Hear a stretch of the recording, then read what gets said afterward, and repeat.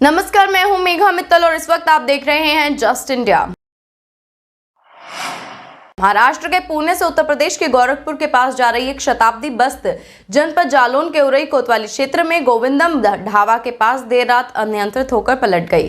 संबंधित मामले में प्राप्त जानकारी के अनुसार महाराष्ट्र के पुणे से उत्तर प्रदेश के गोरखपुर बस्ती के लिए जा रही एक शताब्दी बस देर रात अनियंत्रित होकर पलटकर खंडक में गिर गई और यात्रियों की चीख पुकार सुनकर हाईवे से गुजर रहे वाहन चालकों तथा यात्रियों ने समीपवर्ती थाने तथा 112 पर सूचना दी। सूचना मिलने पर स्थानीय पुलिस और प्रशासन के आला अधिकारियों के साथ एम्बुलेंस सेवा मौके पर पहुंची और रेस्क्यू ऑपरेशन कर सवारियों को बाहर निकालकर उपचार के लिए अस्पताल पहुंचाया गया, जहां डॉक्टरों ने उन्हें प्राथमिक उपचार दिया। इस संबंध में जानकारी मिली है कि करीब 15 सवारियां घायल हुई हैं और सभी सवारियों को नगर क्षेत्र में स्थित एक होटल में ठहराया गया है।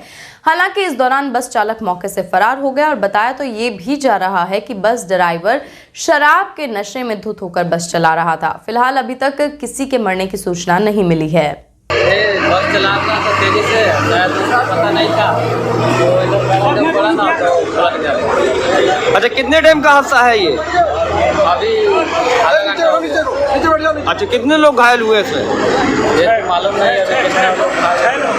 हाँ, ये बस आ रही थी पूना महाराष्ट्र से बस्ती के लिए जा रही थी और ये सरस्वती है जगह NH-27 पे ये घटना, ये बस पलट गई। ड्राइवर की लापरवाही या सो गया और इसमें करीब 15 आदमी अभी तक हमारे पूरा नफरी मिलाएंगे। हम घायल हैं, सारे लोगों को मेडिकल कॉलेज पहुंचा दिया। हमारी पुलिस टीम तत्काल पहुंची है, पूरी कालपी की फोर्स है, सदर की फोर्स है, हमारे CO सिटी साहब हैं, मजिस्ट्रेट साहब आ रहे हैं, एम्बुलेंस आ गई है, सारी पुलिस की गाड़ियाँ हैं।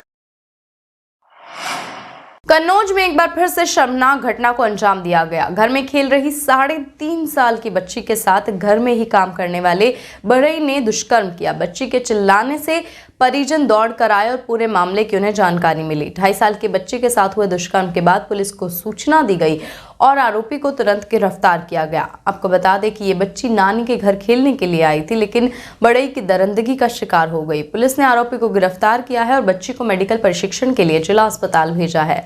सदर कोतवाली क्षेत्र के इस गाँव के मामले में ये बहुत ही शर्मनाक घटना हुई है, जहाँ पर बढ़ई ने ही एक 2.5 साल की बच्ची का दुष्कर्म किया और मौके से फरार होने की कोशिश की, लेकिन पुलिस ने उसे गिरफ्तार कर लिया। जनपद कन्नौज के थाना कोतवाली क्षेत्र में एक बच्ची के साथ दुष्कर्म का मामला सामने आया है, जिसमें अभियुक्त को गिरफ्तार कर लिया गया है एवं बच्ची की हालत खतरे से बाहर बताई जा रही है।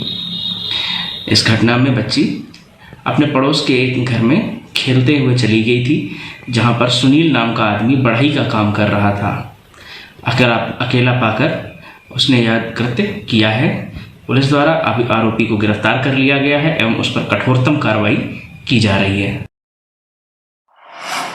देर रात कन्नौज एक शादी समारोह में पहुंचे सपा सुप्रीमो अखिलेश यादव ने भाजपा पर तीखा हमला बोला। सरकार के 4 साल बेमिसाल कार्यक्रम पर भी उन्होंने तंज कसा और अखिलेश यादव ने कहा कि यह जश्न किस बात का है। उन्होंने योगी सरकार पर सपा सरकार के कामों को ही गिनाने के आरोप लगाए। महंगाई और बैंक निजीकरण पर भी अखिलेश यादव केंद्र सरकार पर जमकर बरसे। सपा के राष्ट्रीय अध्यक्ष अखिलेश यादव ने योगी सरकार पर हमला करते हुए कहा कि यह जश्न किस बात का है, यह तो बताए। कोई खुशहाली लाए हो तो यूपी की भाजपा सरकार बताए तो सही। 4 साल पूरे हो गए फिर भी कोई काम नहीं गिन पा रहे हैं। सपा के काम ही गिना रही है प्रदेश सरकार। अभी तक पुरानी सरकार के काम भी पूरे नहीं हुए। सपा और जनता यह जानना चाह रही है कि कहां पर 5 एक्सप्रेसवे बने हैं। केंद्र पर निशाना साधते हुए कहा कि जो महंगाई बढ़ी है उन्होंने किसको मुनाफा दिया है। बैंक डूब रहे हैं, आम जनता की बचत पर मुनाफा घटा दिया है। किसकी जेब पर मार हो रही है ये बताया जाए। ये भारतीय जनता पार्टी और खासकर उत्तर प्रदेश के मुख्यमंत्री और सरकार के सब लोग पूरी तरीके से जश्न मना रहे हैं और ये जश्न किस बात का मना रहे हैं ये जनता नहीं समझ पा रही है। जनता ये जानना चाहती है कि मुख्यमंत्री जी ने और भारतीय जनता पार्टी की सरकार ने कौन से काम किए हैं, जिन कामों से जनता का और जनता के बीच में उनके लिए कुछ काम हुआ हो। भारतीय जनता पार्टी ये बताए। उत्तर प्रदेश के मऊ जिले में शुक्रवार देर रात संपत्ति विवाद को लेकर परिवार में खूनी संघर्ष हो गया। इस दौरान दो बेटों ने फावड़े से प्रहार कर पिता को मौत के घाट उतार दिया, जबकि चाचा भाई और चचेरे भाई को लहूलुहान कर दिया। घटना की सूचना मिलने पर पुलिस भी मौके पर पहुंची और पुलिस ने शव को कब्जे में लेकर पोस्टमार्टम के लिए भेज दिया, जबकि घायलों को उपचार के लिए भेजा गया और साथ ही हमला करने वाले 2 आरोपियों को हिरासत में ले लिया। पुलिस के अनुसार मधुबन थाना क्षेत्र के दुबरी गांव में रहने वाले बुधिराम शर्मा के 3 बेटे हैं और 2 छोटे बेटे अखिलेश और पिंटू शर्मा को शक था कि पिता जमीन बेचकर बड़े भाई राजेंद्र की मदद कर रहे हैं। इसके अलावा बाकी बेची जमीन को बड़ी बहू पुष्पा के नाम करने वाले हैं और इसी के बाद ये सारा विवाद हुआ, जिसमें पिता की हत्या कर दी गई। योगी सरकार के 4 साल पूरा होने पर शुक्रवार को नुमाइश मैदान में 4 साल बेमिसाल कार्यक्रम का आयोजन किया। इसमें मुख्य अतिथि उत्तर प्रदेश के कैबिनेट मंत्री व जिला के प्रभारी सुरेश राणा ने सरकार की उपलब्धियां गिनाई। साथ ही प्रभारी मंत्री सुरेश राणा के द्वारा योगी सरकार के द्वारा 4 साल में किए गए कार्यों की जमकर सराहना की और सपा सरकार पर जमकर तंज कसे। वहीं बीजेपी के प्रभारी मंत्री सुरेश राणा ने कहा कि जो दशकों में नहीं हुआ वो 4 साल में हुआ है। पहले बेटी घर में स्कूल भी जाती थी तो माँ को चिंता होती थी और अब ऐसा नहीं है। योगी राज में किसी की औकात नहीं कि बहन बेटी की तरफ आंख उठाकर देख ले।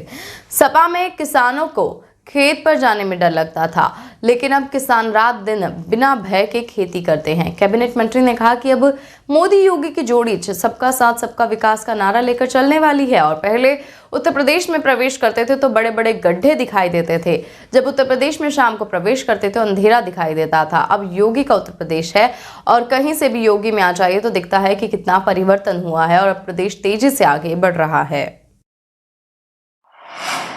पुवैया के गांव गुटैया के पास भाकियू नेता नरेश टिकैत किसानों की महापंचायत को संबोधित कर रहे हैं और इसके लिए मंच और पंडाल तैयार हो चुके हैं।